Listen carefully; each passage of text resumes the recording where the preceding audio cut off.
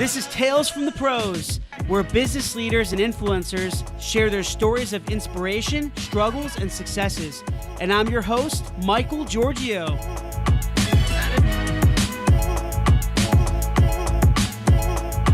Hey everyone, good afternoon. Welcome to Tales from the Pros. And this is Michael Giorgio, your host and co-founder of Imagine Ovation. Our guest with me here today is James Avery, who is the founder of Adzerk here in Durham, North Carolina, which is geared towards user-first sites and apps looking to drive revenue without sacrificing the user experience. Adzerk is a cloud API platform for building integrated native ads and sponsored listings. Unlike creating an ad platform from scratch, which essentially could take years, their APIs enable developers to create one in just a few weeks. James, thanks so much for being with me here today, man. I really appreciate it. Yeah, absolutely. Awesome. So, James, what really caught my attention, before reaching out to you to be on this podcast was I saw your company Adzerk on TechCrunch, and I also saw how you made it to the next level with the help of Reddit, which I thought was really, really cool. And I saw you guys made it to Inc. magazine's top 500 best companies list. Yeah, absolutely. Can you tell me a little bit about that? So yeah, I mean, we started working with Reddit all the way back in 2012, and one of the interesting things with them was originally when we started out, we were really focused on traditional banner ads, which you see all over the web, which are really kind of pretty static, pretty annoying to most users. And we started working with Reddit in that regard as well. We started working with their team to serve their banner ads. But we quickly kind of found out that they had been working on this native unit that was a sponsored link. So, at the top of the Reddit page, there's a sponsored link that you can see that's like a real Reddit item. You can upvote it, downvote it, you can save it, you can leave comments on it. And they were, serving these as advertisements.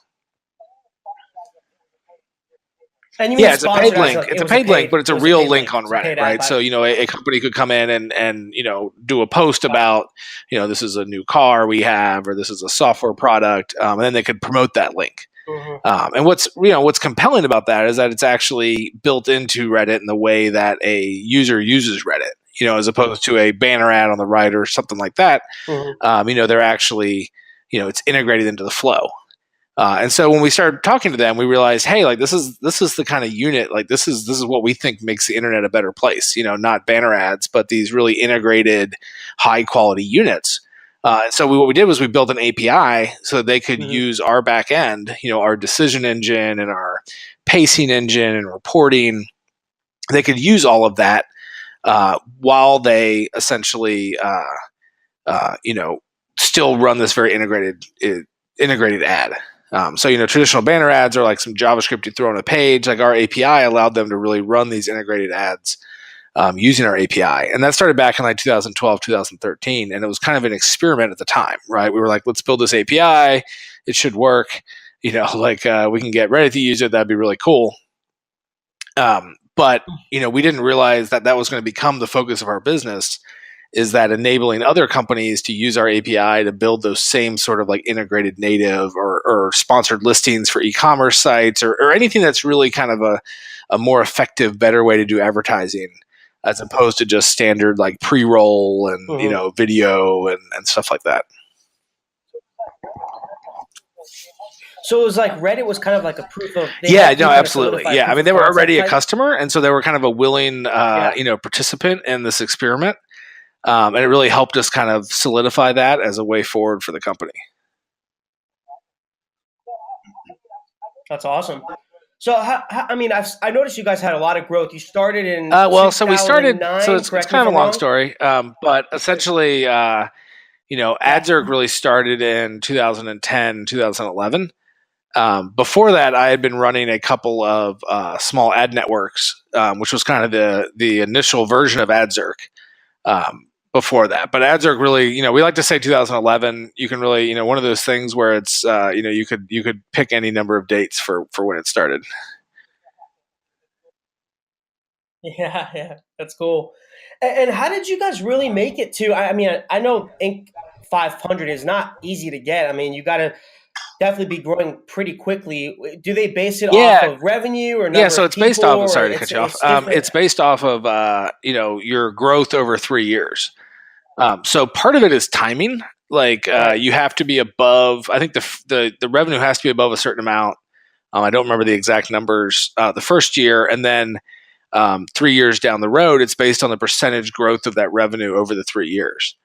And so, we basically could look at 2011 to 2014, which I think the years were. Maybe it was 2012 to 2015. And we grew tremendously then, right? I Mhm. mean, we went from kind of a really small company with a couple customers to, a company with a lot more customers and millions in revenue. So because we had that kind of that spurt of initial growth that was really, really good, that gave us a really, really great percentage growth, which put us at like 200 and something in the Inc. 500, which was a lot of fun. It's fun to do that and kind of get your name on there. We haven't kept doing it, not because our growth has still been good, but I just kind of feel like it's that first year where you can get kind of in the top couple hundred is really worth it, and there's kind of diminishing returns of dealing with it after that, I think. That's cool, man. Yeah, I mean, Yeah, thank congrats you. about that. That's awesome. I love seeing local companies doing really well. And like I said, me and you talked before. It's a lot of hard work, and I understand the grind. It's crazy stuff, man. So it must have definitely been worth it. So that's cool. So I want you to tell people, James, really what is ad tech or digital advertising, and how is it essentially impacting marketing and sales in today's generation? Because from what I see, your platform, what you guys have done, you're creating another opportunity for publishers and e-commerce companies to Yeah, absolutely. make more So, money, I mean, we've kind of right? all, with the internet, right? So, internet is created. Everybody loves it. There's lots of free content. There's lots of information available, more so than ever before. And kind of early on in the internet, advertising became Mhm. the core mode of making money. Some people regret that now, but I think one of the beautiful things about advertising is that anybody who has access to the internet can get to all this information, this huge wealth of information without paying anything. So you can go to the library and read about whatever you want on a computer, even if you don't have the internet at home or have a computer at home. And advertising makes a lot of that possible. You can have a site that's free because it's making this money through advertising. And what started out as very simple. The initial banner ads were put a banner ad on a page and put an image on the page and you're done. Has gotten exceedingly complex. So ad tech today, Mhm. is dominated by people like Google and Facebook and Amazon. And then there's lots of other third party players, but they're doing real time auctions. So anytime you go to a Yep, yeah. And so A lot you of have these real time retargeting ads too, auctions, and right? that facilitated things like hyper targeting, so they can retarget people who went to their website that happen to live in North Carolina that have a net worth of X and that recently test drove a Ford, and they can do a lot of incredible targeting. And there's a lot of data concerns with that as well, right? I mean, as we're seeing with uh, you know issues that Facebook's run into with Cambridge Analytica stuff and things like that, you're seeing that people are starting to realize how much data is being collected about them in the ad tech world. So ad tech it's a pretty big industry. I mean, there's a lot of Mhm. companies in ad tech. There's a lot of money made in ad tech, but it's also something that's it's exceedingly Yeah, dominated big by players. Yeah. a handful of major players, though, and kind of Google, Facebook, and Amazon. Hmm. Yeah. So, did you guys see that there was? I mean, what was really the motive behind building Adzerk's API platform? Because there, like you just said, right? There was some really big players in the industry, like Google, who we'll talk about in a little bit. But what was really the drive and motive Yeah, behind no, we building kind this of stumbled platform? into it. So I think I alluded to it earlier, but I was running a couple of ad networks, and this was back when I was a consultant. So I was basically a software engineering consultant. I'd go in and help companies run these kind of big projects. And then I kind of stumbled into running these couple of small ad networks, like really kind of hyper targeted towards developers. It was towards .NET developers and Ruby developers. Hmm. And as I was running those networks, I kind of realized, hey, like there's some tools out here for me, but none of them were great. A lot of them were kind of ancient software, and which really wasn't that old, but it felt really old, right? Like it's stuff that was written in the early 2000s, and this is the late 2000s, which is ancient, like software wise. And so I decided to write my own. And so the first version of Adzerk was just a ad server that was built to run vertical ad networks, like what I was running. And then as we started to kind of sell it, like one of our first customers was Stack Overflow. As we started to sell it, I realized, hey, like this software product is much more compelling than an ad network.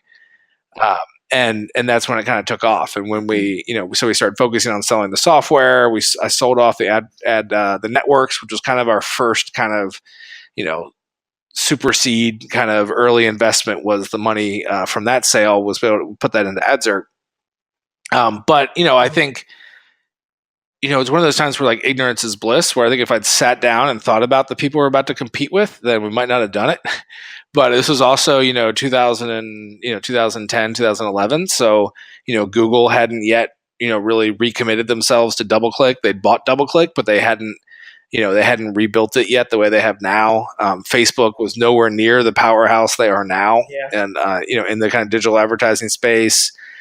Twitter didn't even or barely existed. Like Twitter had only been around a couple years, so it was a different landscape back then. And then really the original idea that we went into, didn't work out really at all. Like from a sense of kind of just being a display ad server, we quickly found that we had to differentiate ourselves from these big guys, and that's really where the API and the custom formats comes in.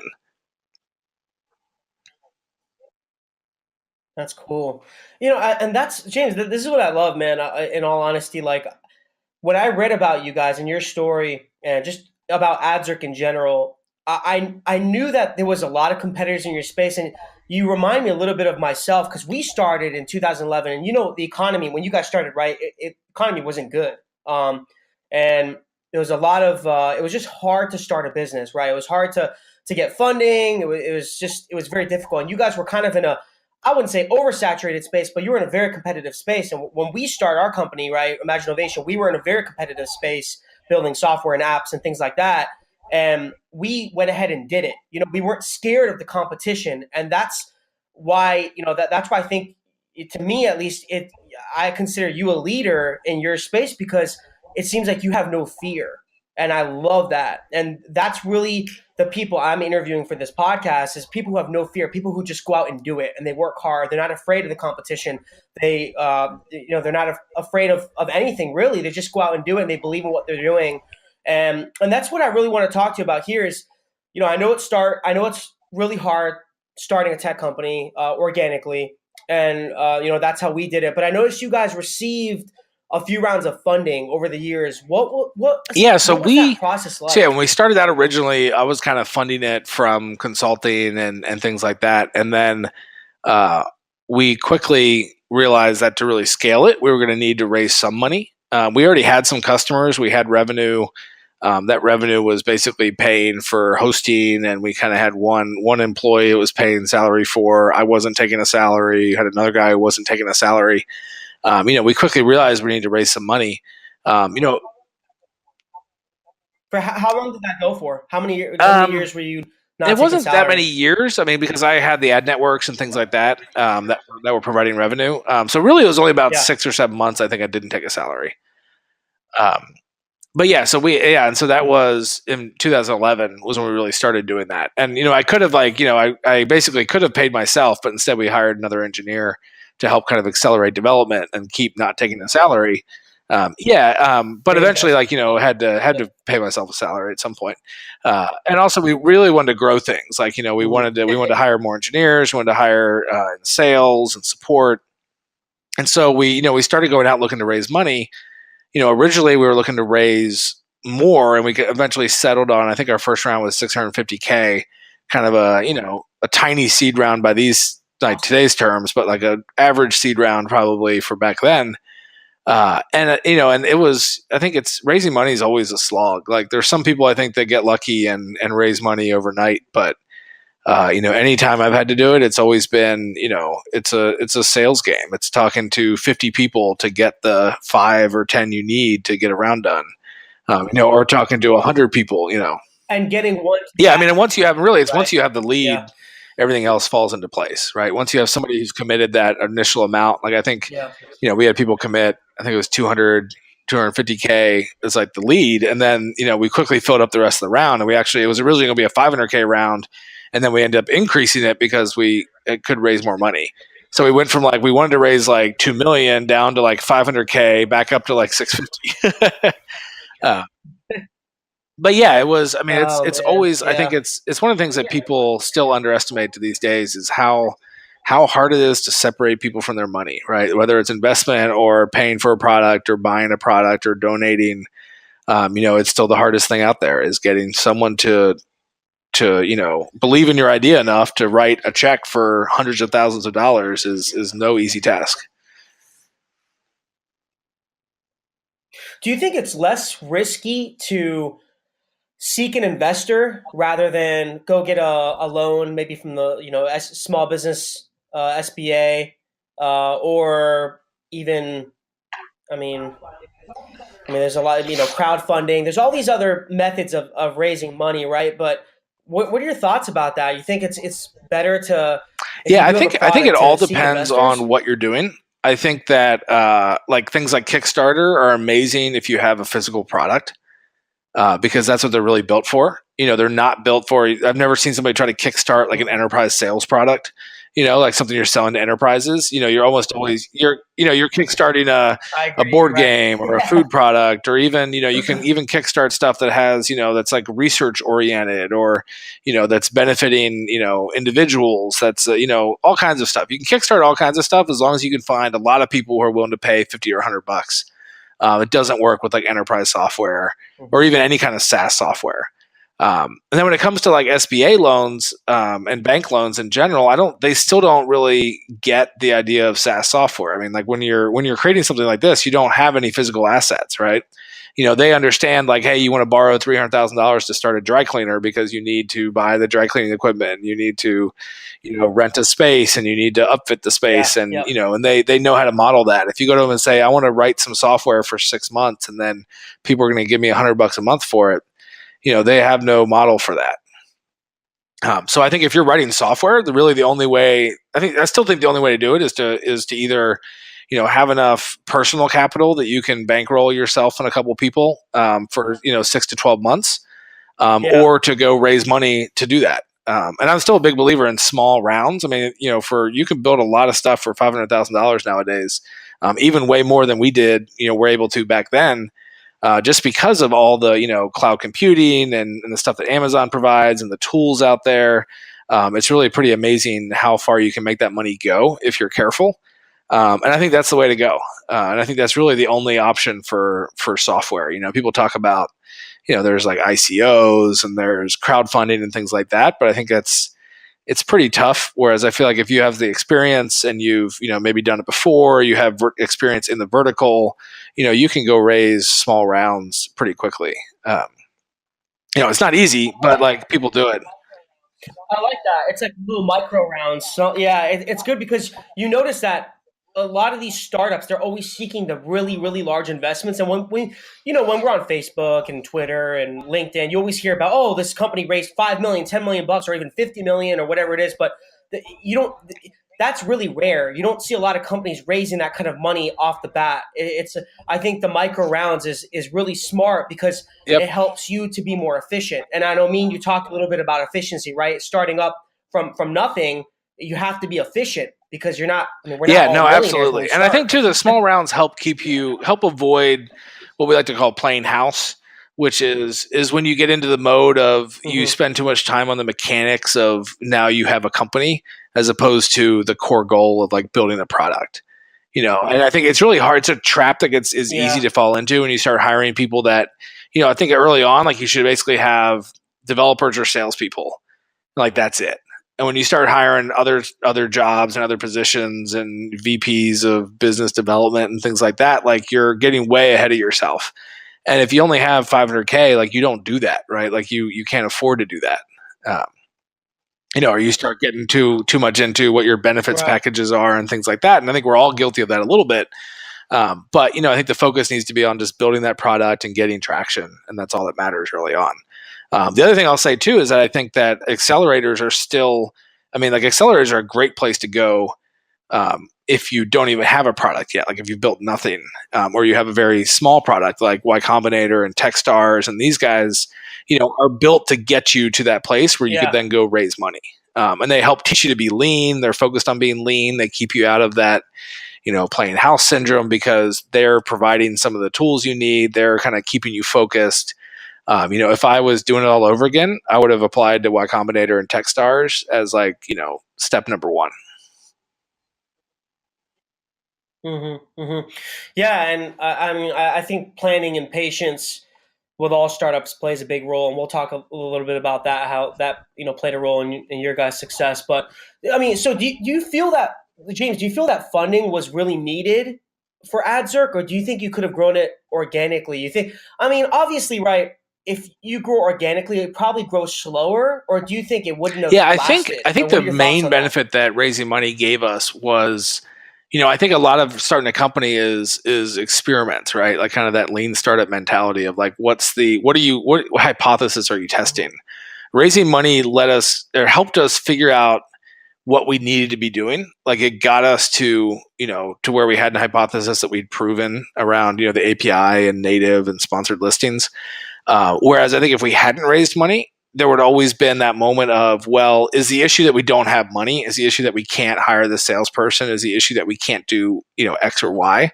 And I think it would have taken us a lot longer to get to that point. I think you can always do it without raising money. Like we could have done it without raising money, but it would have taken us a lot longer to get where we are, I think. And especially I think it would have been harder to figure out that, hey, we put a lot of resources against this and it's not working. That's the problem is that this isn't going to work. As opposed to, the problem being, we're not, we don't have enough resources. And so I think it kind of takes out an equation that you could, kind of falsely apply as the reason something's not working. Yeah, no, I understand. I mean, the money that you guys raise, I mean, it seems like you put most of it in just hiring the most skillful and efficient people, right, to excel your company, and also your technology stack too, right? To make sure that you're staying. I mean, nowadays you shouldn't be spending money on anything other than people, like early on, right? Like anything else, if you're spending a bunch of money on it, like it's not a good idea. It should just be hiring engineers and salespeople or marketing. Like those are really only the ways you should be spending that early money. And we've actually been really capital efficient. I mean, we've only raised about a little bit over $1.5 million over the course of Adzerk. We've been profitable for multiple years now. And continue to grow.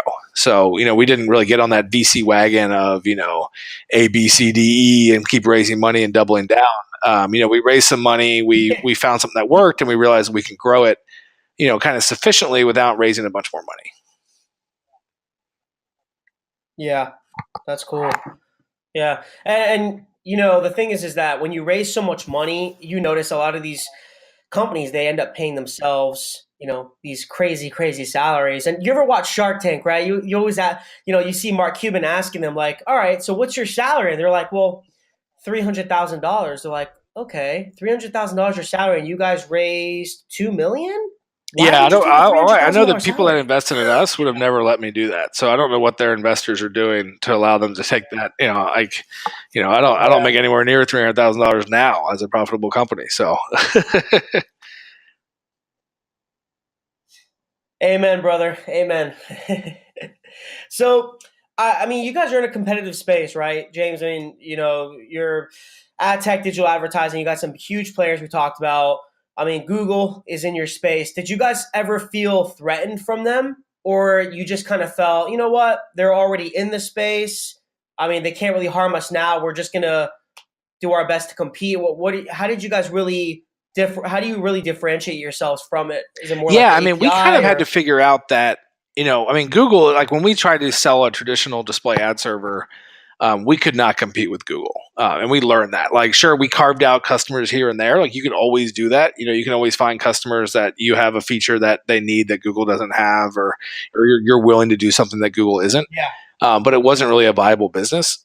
We had to go towards the API route and helping publishers really build their own systems. And the reason that we can do that and that we don't think Google will get into that is because it's not fundamentally scalable in the way that Google would need it to be. right? So we're helping a publisher build a kind of bespoke native product that can be very profitable for that publisher. But what Google needs to have things that can be run across 70% of the internet, and where McDonald's can come to them and spend $1 billion, or whatever on ads and run that across their whole network. And so we really had to find this piece that is like, the opposite of what Google is able to do. Google has to build things. Well, they can be customized and they can, be native in quotes, like they can be kind of native. They have to they have to have a broad enough, part of the internet that they can apply to, that they can never be as unique as what we can do. And so really we kind of found the one like niche that we can live in, that, where we can sign people, and that, Google's not going to compete with us there. So yeah, I mean, I think when you're competing, there's no sense in trying to go head to head with Google, right? I mean, they're massive. But as with right. This is always the case, right? There's always spaces that they don't want to or can't compete in because it's not, it's not, not compatible with their business model. So Google doesn't offer the custom ad Correct. solutions like you guys do, right? It seems like you guys are more I mean, so we're not custom in that. Right? We don't build software custom for people, but we enable them to do that. And the big difference is that it's scalable in a way that we or it's not scalable in the sense that Google would need it to be, right? That it could go across the whole web. But it's it's great for us because it's helping this individual publisher or e-commerce site build a really compelling solution for their customers. So what platforms are your APIs, can they be on any platform? Like what platform do you guys work on? I mean, where does the API? Yeah. I mean, people can call us from anywhere. We have people that use us in iPhone, Android apps. We have podcasts that use us to dynamically insert ads and stream them into their podcast streams. We have people use us on the web. We've had somebody trying us out on like displays, like in train stations and things like that. So you can use this API anywhere that you have connection to the internet, right? So it's exceedingly flexible. That's cool. Huh. Yeah, I mean, I like it how that you guys are not really trying to compete with Google. You kind of know what you guys do. You know your competitors. You're not really trying to compete with the biggest player. You're trying to just be yourself and not really making excuses and not being fearful, not really fearing them. You're just trying to be yourselves, and I think you guys know your audience, and it's pretty cool that with you guys having this ad platform, you can really, I mean, you're probably providing a lot of reporting and analytics. Yeah, no, absolutely. Too, and right? I think it's interesting too to think about, like, it's, we still compete with Google in a sense that, a publisher has an option to just throw banner ads on their site and take the check that Google sends them. Yeah. Or they can put in extra work and build something that's, that can generate a lot more revenue and be a lot better for their users. So we compete with them in that sense, like we're in the same sort of space, like, in the same kind of way where you look at, like Tom's shoes, right? It's like, are they competing with Nike? Well, sure. Like, I'm going to buy shoes and I might buy Nike or I might buy Tom's, but they're, incredibly different value propositions and incredibly different products. So in the same, like, we compete with Google in that same sense, right? Like, we're, Tom's isn't going to become as big as Nike, but they've carved out a really good niche that is, really profitable and has done really well for them. And I think of us in that way as well, where we're providing something that's much more unique and much more compelling for certain publishers and e-commerce sites. But yeah, Google is probably going to serve more ads than we do because they apply to the whole general public, websites out there. Yeah, that's awesome. I mean, so James, like, over the years, I mean, building a technology company and product is really difficult. There's a lot of grinding. I mean, you're talking about, the typical 12 to 15 hours a day, or at least, the first few years trying to build the foundation of the company. What were some of the hardest obstacles that you guys faced? Was it harder, for example, getting the product completed and out of beta? Or was it harder now competing in the space and trying to drive more revenue? Like, what were some of the toughest challenges you guys faced in the whole? Yeah, I mean, I think for me personally, the early stuff was easier just in the sense because it was much more about just writing code and getting a product out. When it starts to collide with a customer is when you like you kind of an idea comes into contact with reality is when things get harder. But I think really it's all hard. I think it's like it's really no.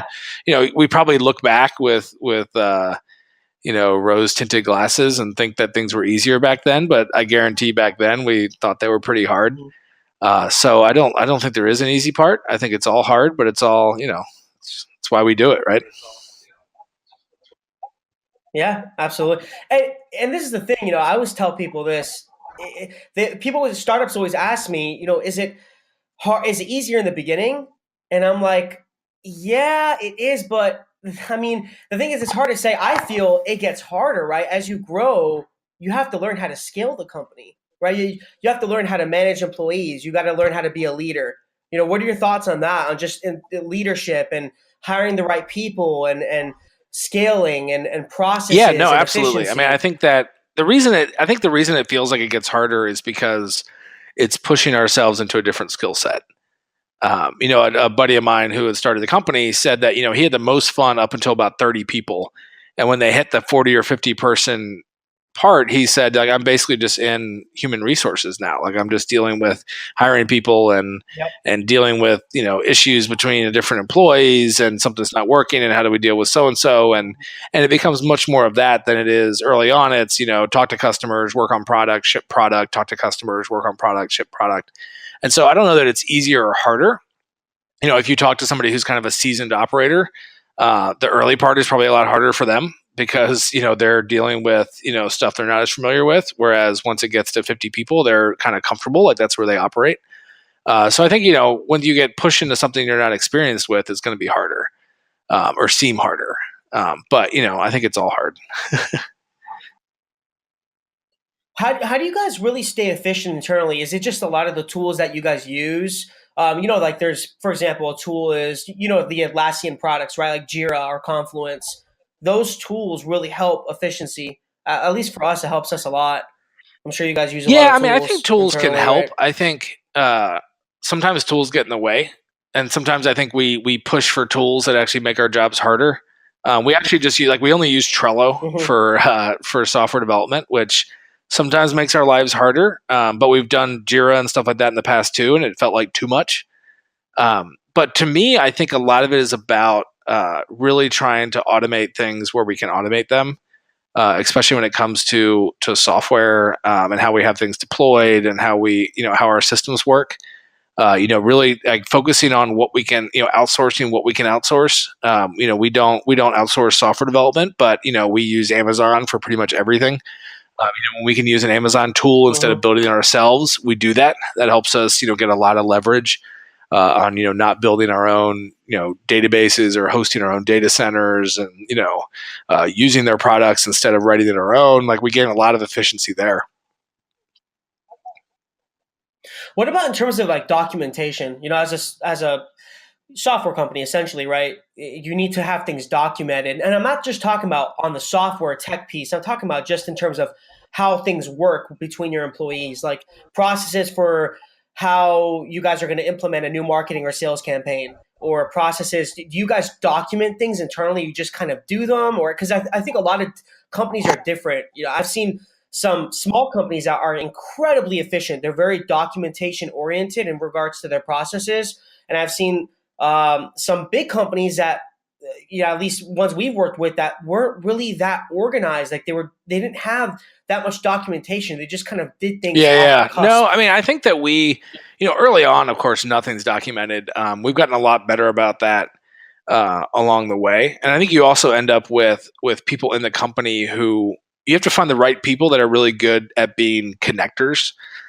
For instance, we have a Hmm. QA guy named Alex. I'll have to edit that out. A QA guy named Alex. A Yeah, testing testing guy. guy who does a really great job of being this like interface between product and engineering and support, and he's that guy who he knows what's been deployed. He knows what's what's in progress. He knows where something is. He kind of becomes a super connector inside the company, and that becomes really valuable. And I think those kind of guys are, pretty great at doing that and helping keep the company efficient. Because otherwise, like the thing you can lose is once you have multiple teams, right? Like the communication between those teams becomes a big issue. Yeah, absolutely. A lot of the companies I've spoken to, they said resolving a lot of the issues internally is really just communication, because you know how you guys have sales, you got engineering, you got development, you got all these HR, right? You got all these different departments internally, and in order to resolve, or even just, I think even just to scale, is just increasing communication between each department. It's making sure everyone's on the same page. I'm assuming you guys probably do that too. Just making sure that you're all on the same page and having meetings and totally. And I think that's really where, like, when you start to scale more and more, like that becomes more and more of the issue, right? Is the communication between teams. And that's where I think like there is such value in like a super connector, and there's values in documentation and things like that. I think Slack has changed a lot of that too, right? Like it's a lot easier to get kind of, Slack has its issues, right? Like Slack sometimes can make it really hard to work. But for the people whose job it is to kind of know what's going on, like Slack does an incredible job of, I can sit in this channel and just kind of see stuff scroll by and catch up with it when I can. And I have a good idea of what's going on with this certain team. Whereas that would be a lot harder if, I was being CC'd on emails or they were having all these conversations in person. So I think, it's easier, it's easier now than it ever was before to kind of keep in touch between teams. Yeah, love it, love it, love it. So, James, I mean, you understand that tech is booming. We all understand it's growing at a really rapid rate, almost too rapid. I was actually I went to Best Buy the other day, and it was crazy, man. Like you just see all these new products. Oh, you're the one. Man, you're the one that went to Best Buy. Yeah. I'm the one who went to Best Buy. Yeah, I always shop online. I usually, shop Amazon, but I went in there just kind of, I'm looking to get a new computer or whatnot. But I was getting some quotes. But it's crazy. You just see all these new products coming out, and you can't compete. It's so hard to even compete. Obviously, physical products, but you need software with the hardware, right? And that's where IoT has. Well, it's already been around, but that's emerging, and artificial intelligence, and you're hearing about crypto and just all these emerging technologies. And so how you guys in the digital advertising space, how are you staying within technology? Are you coming, are you in the engineering team and development teams, are you guys kind of just thinking about what's coming up in the future? How are you guys staying competitive in the market?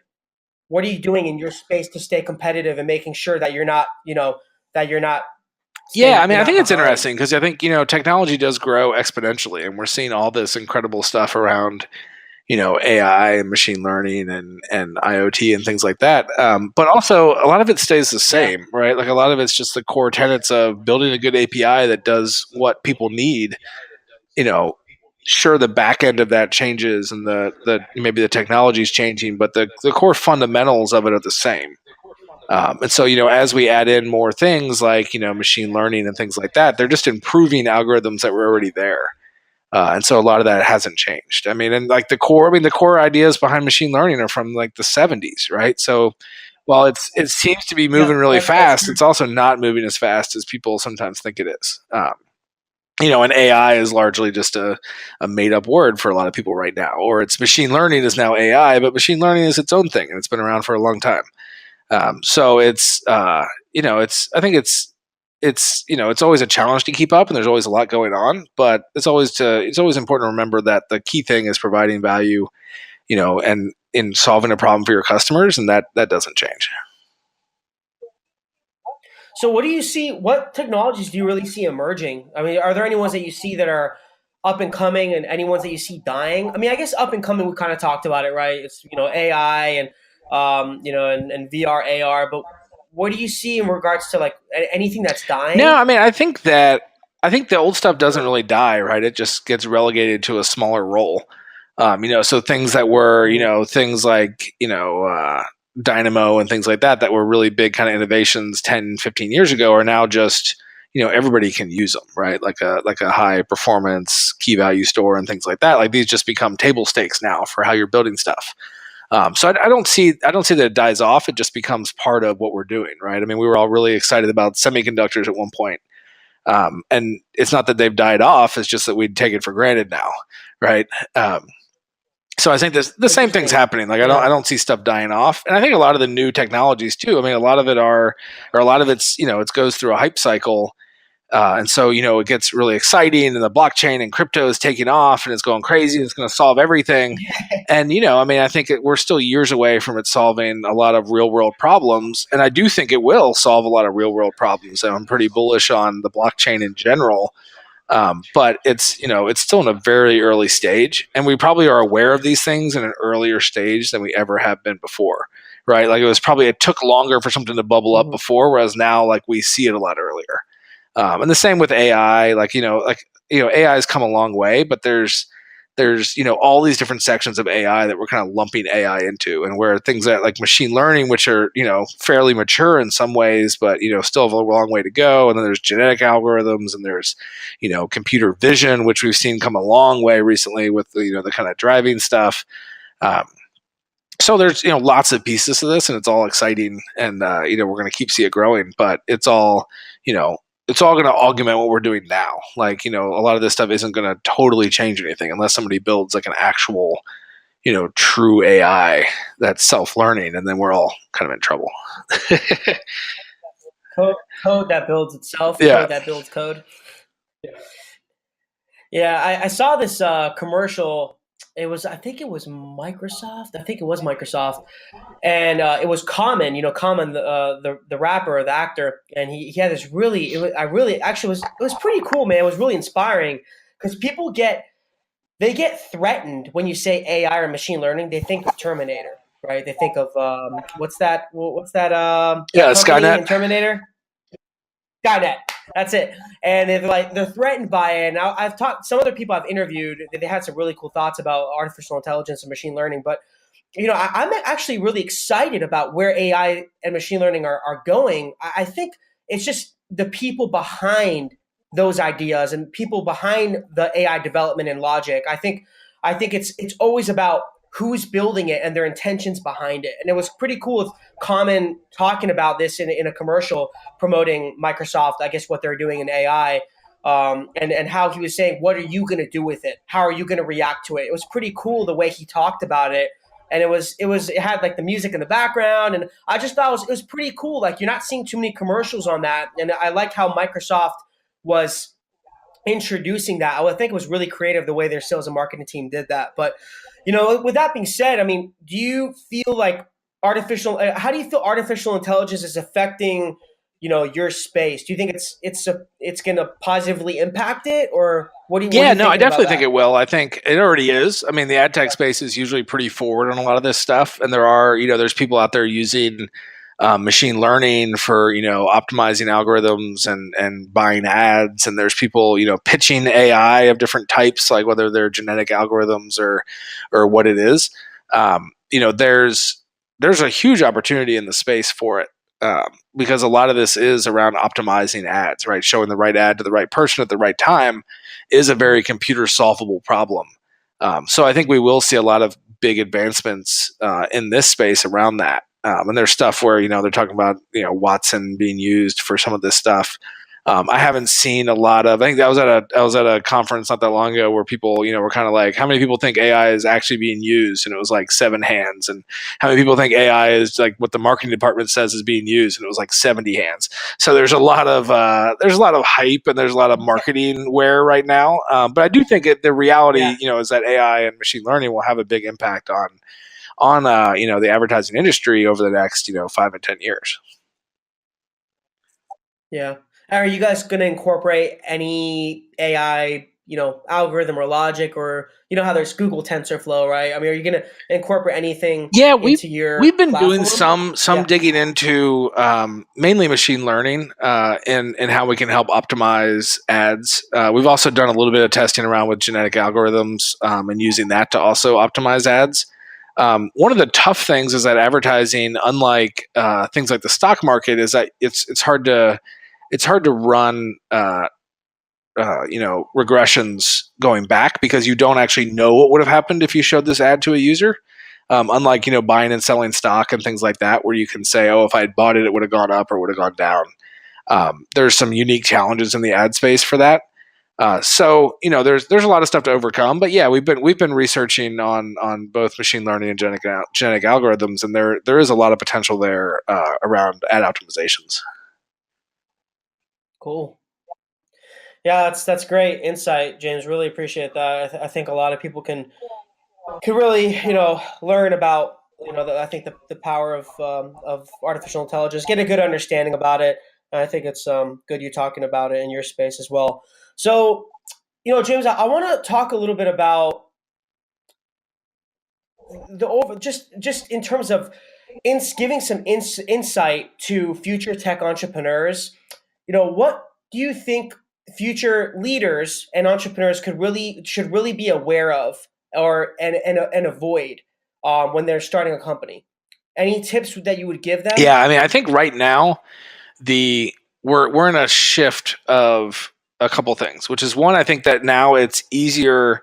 When I think about when I started versus where it is today, we had I think a harder time building the product because we didn't have as many tools available as there are today.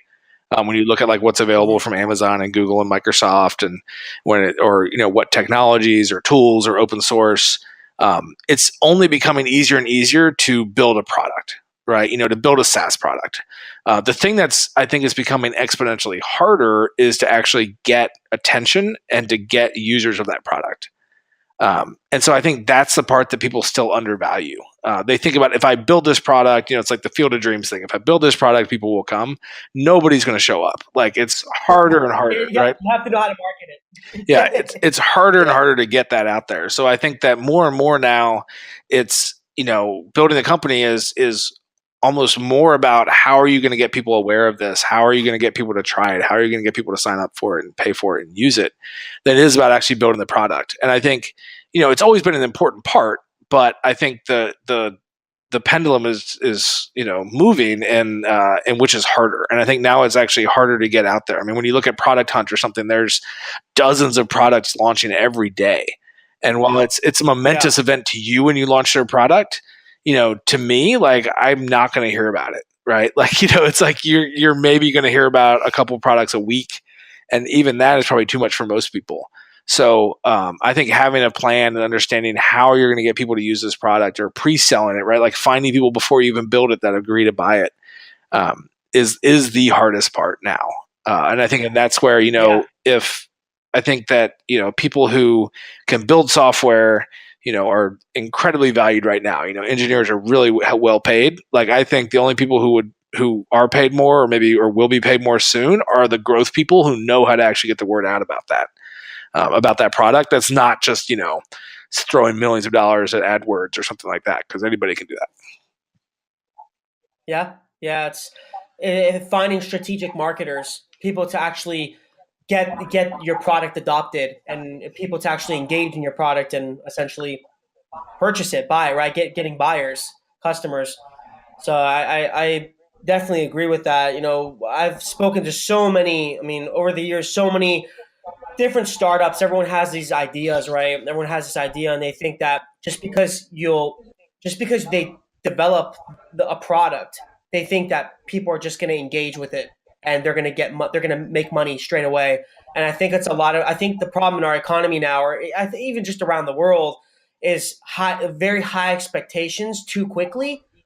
These instant gratification. You hear a lot about that, right? Instant gratification.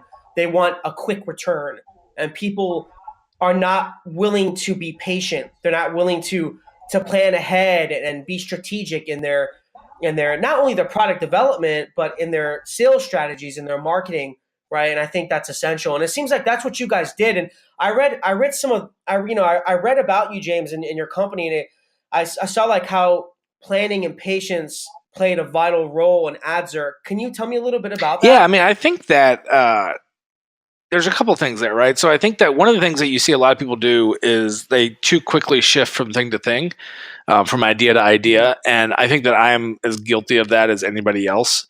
And it's something that I've had to work a lot on my personal patience. Where you come up with an idea, you have something you want to ship, you want to do it. We quickly, in today's day and age, like we want to stare at real time graphs of Google Analytics or real time graphs of Stripe and see money come in.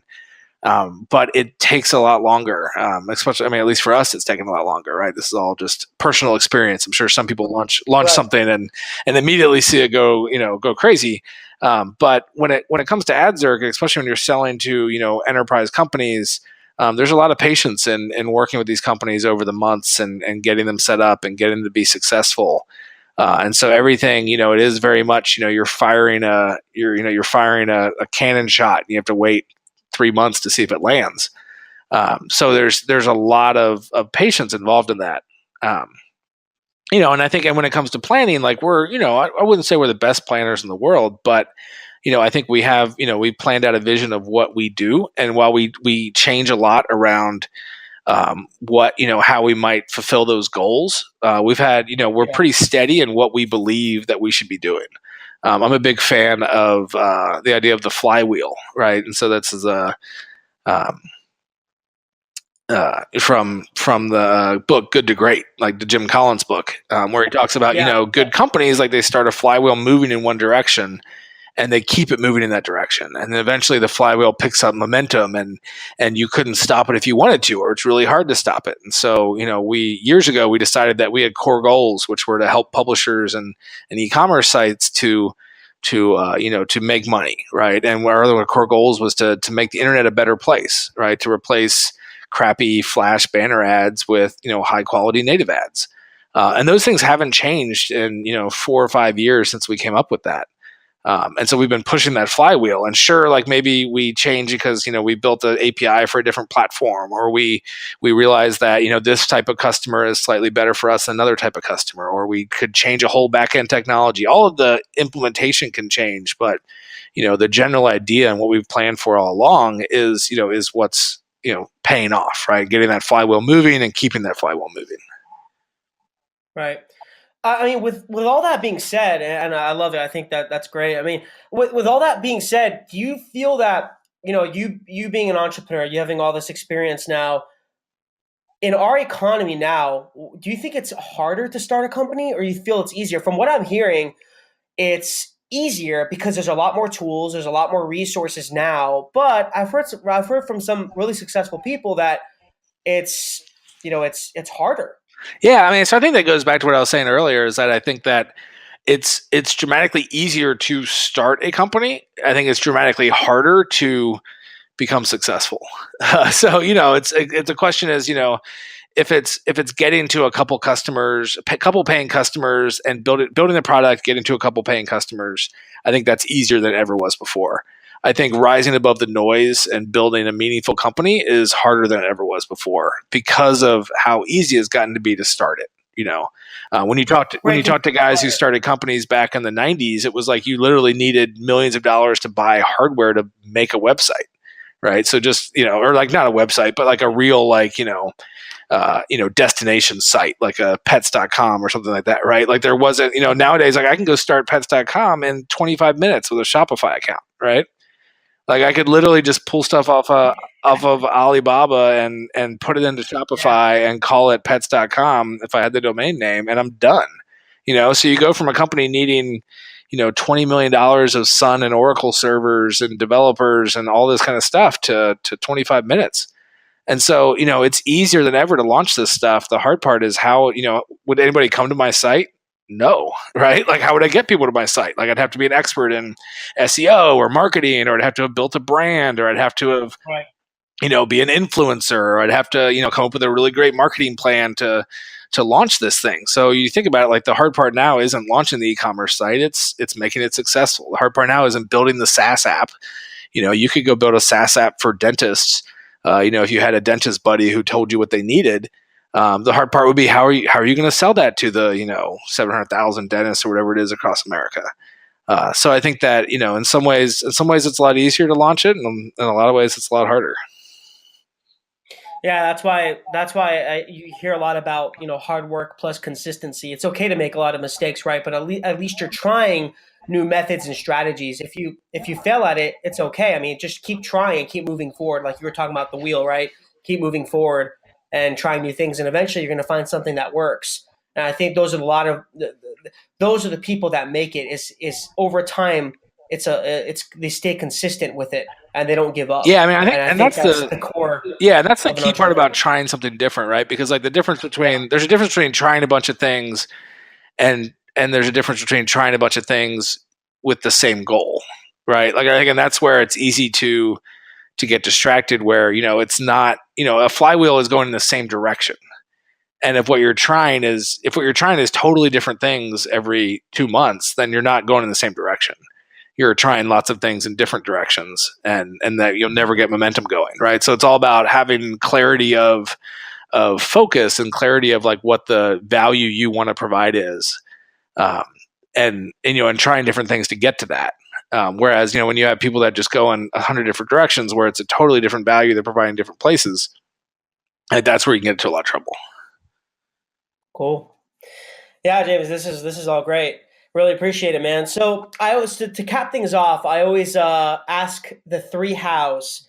So how do you define failure? How do you define entrepreneurship? And how do you define success?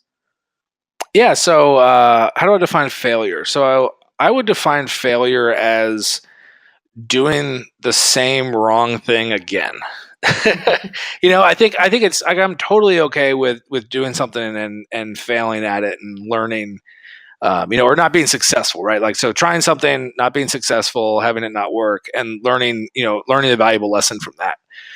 Failure is when you try something and you fail and you don't learn anything from that. And so you either do it again or you don't get any value out of it, right? If we look at this as a set of experiments, as long as we get, understanding from that experiment, it was valuable. If Adzerk shut down tomorrow, I wouldn't consider it a failure because, I've learned a tremendous amount. We've delivered a tremendous amount of value to a large number of customers and, and employees and people like that. That I think it would not be a failure because we have learned so much. Now, if I went and started another company, did the exact same thing and failed the exact same way, that would absolutely be a failure, right? Like, because we wouldn't have learned anything we wouldn't have taken anything we learned from Adzerk. Then we look at that internally too, right? Like if we try selling to a new type of customer, we try, retrofitting their product for a different group. If it doesn't work, that's okay. We learn that doesn't work, that wasn't the right move. But if we keep trying to do the same thing, or we push it for too long, or we spend too long before we realize it's not going to work, then that can be a failure. And then, how do you define entrepreneurship? I think it's an interesting question. I think that it really just comes down to me, I'm kind of a purist in that I think it's launching a company. It's starting something on your own from scratch and building something out of nothing. I think that's entrepreneurship. I have a hard time swallowing like entrepreneurship inside of Fortune 500 companies and things like that, because I think if you're not ever at least once afraid of if you're going to get paid next week, like it's hard to call it entrepreneurship. Yeah, I agree with that. Yeah, I definitely agree with that. And then, how do you define success? I think, there's a lot of different metrics, I guess. But to me, it's about creating value. It's about creating value for other people or for other companies or for, yourself or for your investors. That's kind of the name of the game, right? Like everything we do is to try to create value. Even if you're in a nonprofit, right? Like your goal is to create value. So I think success is just creating value. And part of that is, learning, right? Learning is very valuable. So I think, as long as we're creating value in the world, then I think we're being successful. Love it. Love it. So James, where can everyone find you? Social handles, website? Yeah. So I'm, Adzerk.com, obviously for the company. I'm on Twitter as Avery J. Also on Medium as Avery J as well. And I think that's about it. Awesome. James, thank you so much, man. Thank you. Really, really appreciate you being with me here today. And it was great. I think people can learn a lot from this. And again, thank you very much, everyone, for listening to Tales from the Pros. And this is Michael Giorgio, your host. Thank you, guys. Take care. Hey, guys. Thanks a lot for watching Tales from the Pros. Please subscribe to our YouTube page and also follow our social media. There are links somewhere around here, but we really appreciate it, guys. Thanks for all the support, and I'm going to be giving you awesome content continuously, and we look forward to seeing you soon.